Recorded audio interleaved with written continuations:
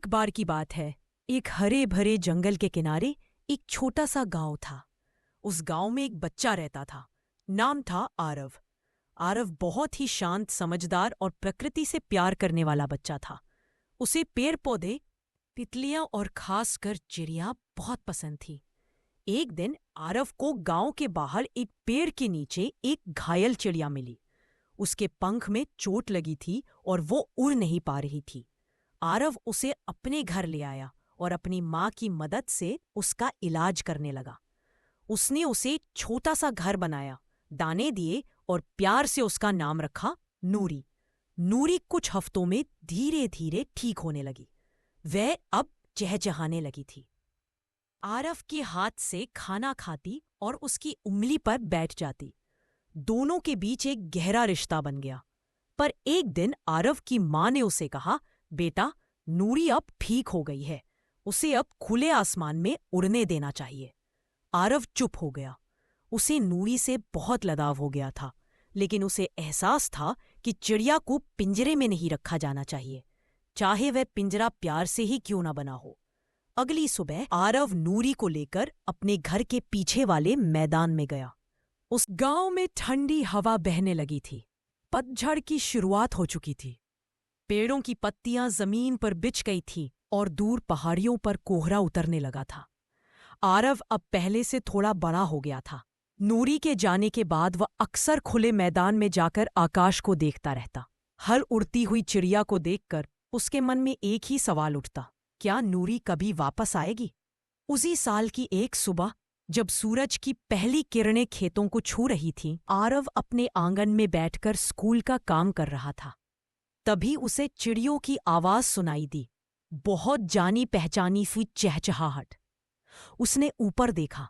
एक सुंदर चमचमाती सफेद चिड़िया उसके सिर के ऊपर से चक्कर काट रही थी। उसकी उड़ान में वही मिठास थी, वही आत्मीयता।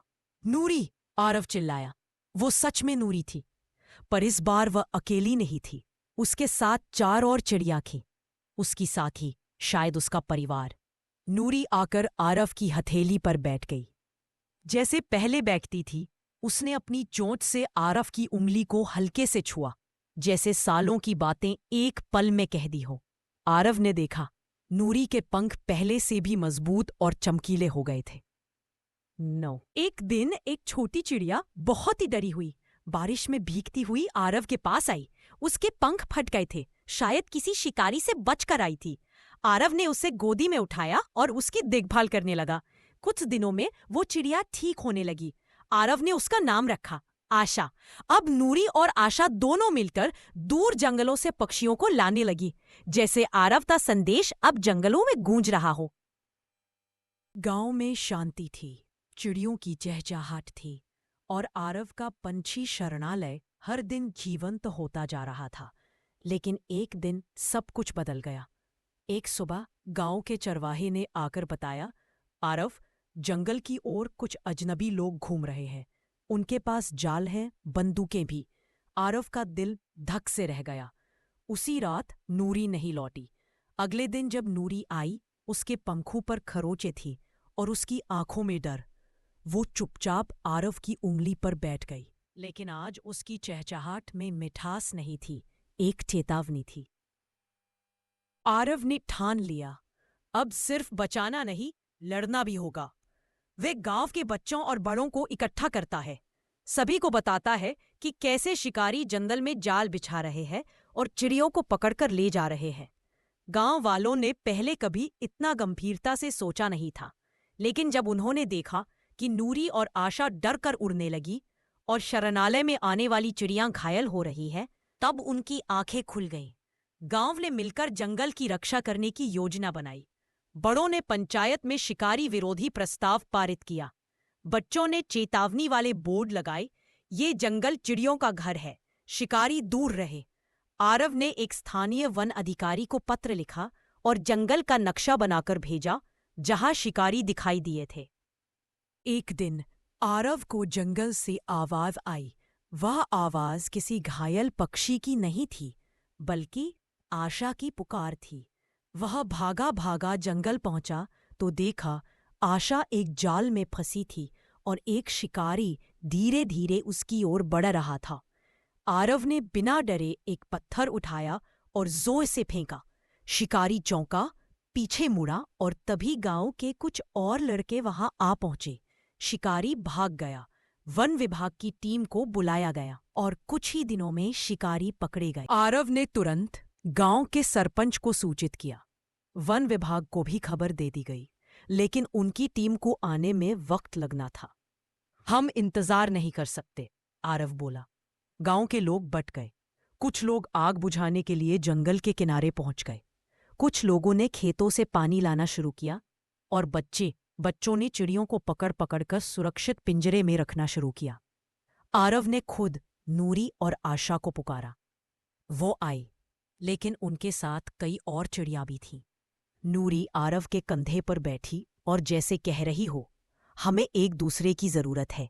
अब कुछ ही दिनों में आरव को एक चिट्ठी मिली। आपका चयन ऑक्सफोर्ड यूनिवर्सिटी की पर्यावरण संरक्षण फेलोशिप के लिए हुआ है। गांव में खुशी की लहर दौड़ गई, लेकिन आरव चुप था। इसने मां से कहा, क्या मैं नूरी और इस जंगल को छोड़ सकता हूं? मां मुस्कराई और बोली, कभी कभी अपनी उड़ान को बड़ा करने के लिए अपनी जड़ से दूर जाना पड़ता है। उसी रात नूरी आरव के कमरे की खिड़की पर आई।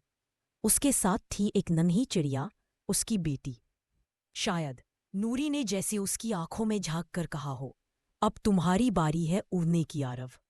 आरव इंग्लैंड चला गया। ठंडी हवाओं, सर्द आसमान और अजनबी भाषा के बीच उसके पास एक ही चीज हमेशा साथ रहती, नूरी की एक छोटी सी पंख तस्वीर जो वह हमेशा अपनी डायरी में रखता।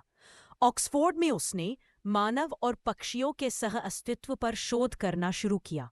उसने भारत में अपने जंगल का नक्शा, चिड़ियों के व्यवहार के वीडियो और गांव में बच्चों की पक्षी रक्षा योजनाएं वहां की प्रयोगशालाओं में दिखाईं। लोग चकित थे। एक लड़के और एक चिड़िया ने मिलकर इतना कुछ किया। चिड़ियों का संदेश। आरव की कहानी अब किताब बन गई, the boy and the bird, जिसमें उसका और नूरी का सफर दर्ज था। यह किताब दुनिया भर में बच्चों के स्कूलों में पढ़ाई जाने लगी और एक दिन एक बच्चे ने उसे लिखा, मैंने भी एक घायल चिड़िया को बचाया, उसका नाम भी नूरी रखा।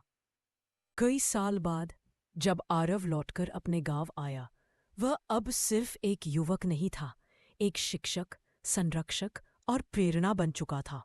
नूरी अब बूढ़ी हो चली थी। उसके पंख अब पहले जैसे नहीं थे, पर उसकी आंखों में अब भी वही चमक थी।